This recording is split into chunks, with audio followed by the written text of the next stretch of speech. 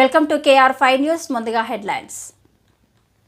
స్వచ్ఛదనం పచ్చదనం కార్యక్రమంలో పాల్గొన్న బీజేపీ నేత ఏలేటి మహేశ్వర్ రెడ్డి అటవీశాఖ ఆధ్వర్యంలో నిర్వహించిన స్వచ్ఛదనం పచ్చదనం కార్యక్రమంలో భాగంగా చించోలి బి గ్రామంలోని హరితవనంలో మొక్కలు నాటిన బీజేపీ నేత ఏలేటి మహేశ్వర్ రెడ్డి. ఈ కార్యక్రమంలో అటవీశాఖ అధికారులు, జిల్లా బీజేపీ నాయకులు తదితరులు పాల్గొన్నారు.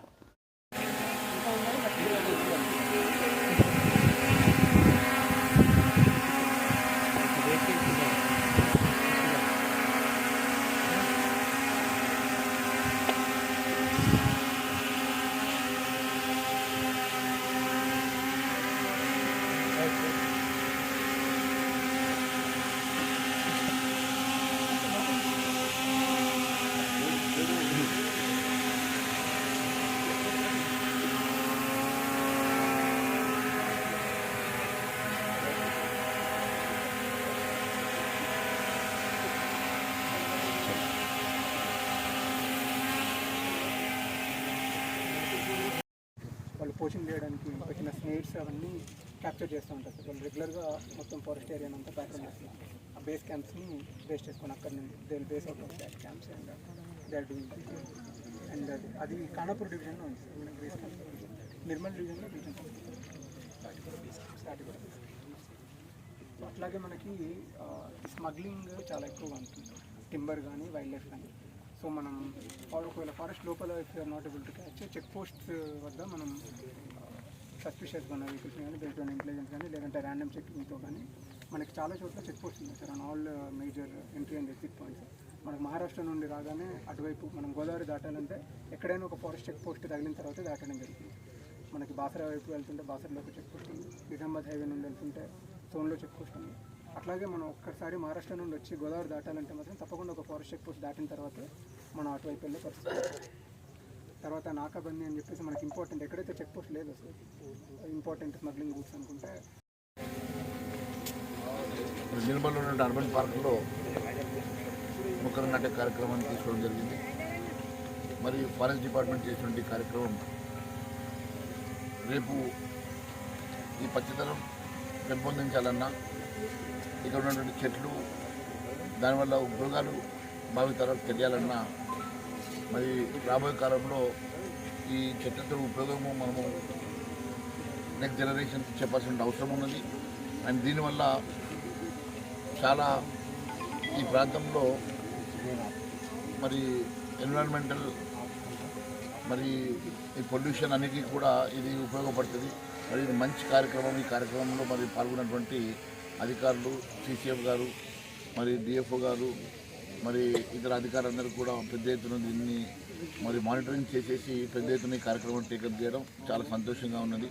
రాష్ట్ర వ్యాప్తంగా జరుగుతున్న ఈ కార్యక్రమంలో భాగంగా ముఖ్యంగా ఆదిలాబాద్ ముందు నుంచి కూడా అడవులకు ప్రఖ్యాతిగాంచింది. మేము చదువుకునే రోజుల్లో 60% ఈ ప్రాంతం అంతా కూడా అడవులతో ఉన్నది అని చెప్పేసి చెప్పేవారు. మరి 40% వరకు రిజర్వ్ ఫారెస్ట్ ఉన్నటువంటి ఈ ప్రాంతం మరి ఈరోజు నెమ్మదిగా తగ్గిపోతూ ఉన్నది. మరి మళ్ళీ దీన్ని ఒకటి ఫారెస్ట్ని ప్రొటెక్ట్ చేయడంతో పాటు ఈ మొక్క నాటకం వలన మనము చెట్లను నాటడం వల్ల జరిగేటువంటి ప్రయోజనాలని డెఫినెట్గా మరి పిల్లలకు కానీ మరి ఇక్కడ ఉన్నటువంటి మరి ప్రజలకు కానీ తెలపాల్సిన అవసరం ఉన్నది. ప్రతి ఇంట్లో కూడా కొత్త గడిపిన ఇంట్లో కూడా చాలా రాష్ట్రాల్లో కంపల్సరీగా ఒక చెట్టు నాటాలని చెప్పేసి ఏదో ఒక ప్రొవిజన్ ఉన్నదో అలాంటివి చట్టాలు తీసుకొచ్చి చెట్లు నాటే కార్యక్రమాన్ని విస్తృతంగా పెంపొందించి మరి తద్వారా ఇక్కడ ఉన్నటువంటి ఒకటి పొల్యూషన్ కానీ ఎన్విరాన్మెంటల్ ఇక్కడ ఉన్నటువంటి అన్ని కంట్రోల్ చేసుకోవడానికి అన్ని రకాలుగా బాగుంటుంది.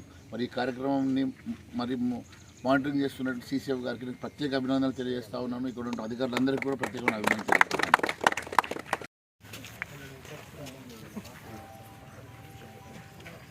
మీ ఇంట్లో చెట్టు ఉందమ్మా?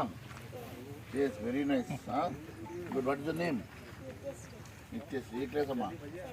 7th school. ఎక్కడ? Chincholi. Very nice, very nice, very nice. నువ్వే క్లాస్? 7th class. నువ్వే క్లాస్? 7th class. మీరు టీచర్ అమ్మా? చెప్తున్నానా మొక్కలు నాటాలని అందరికీ? దాని ఇంపార్టెన్స్ తెలుసు కదా. Tell me the importance of planting. దీనివల్ల ఏం లాభం వస్తుంది? ఇంకా ఆక్సిజన్, ఇంకా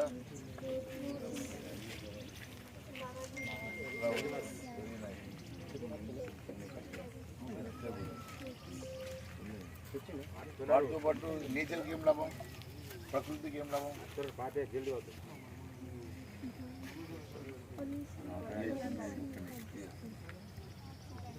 very nice, good good good.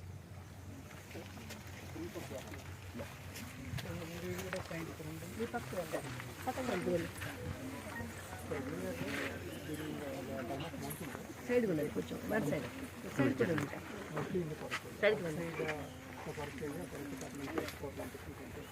కొంచెం సైడ్ కొంచెం mostly inside forest area different types of plants ఉంటాయి. ఎక్కడైతే మనకి మోర్ దెన్ ఒక 2 to 3 hectares of open patch ఉంటుంది, అక్కడ ఒక బ్లాక్ ప్లాంటేషన్లా తీసుకుంటాం. బ్లాక్ ప్లాంటేషన్లా తీసేసుకొని మనకి స్లోప్ అగేన్స్ట్ ఫ్లవింగ్ చేసి సో దట్ మనకి వాటర్ కన్జర్వేషన్ కూడా అంటే రన్ ఆఫ్ అనేది అదలాస్టీ తగ్గించేసి ఆ తర్వాత మనకి 3x3 స్పేసింగ్ తీసుకొని పెట్టుకుంటాం. అది బ్లాక్ ప్లాంటేషన్. అలా కాకుండా మనకి ఓపెన్ ఏరియాస్లో ఎక్కడెక్కడైతే చిన్న చిన్న గ్యాప్స్ ఉంటాయి అక్కడ చేసే ప్లాంటేషన్ని గ్యాప్ ప్లాంటేషన్ అని చెప్పి చేస్తాం.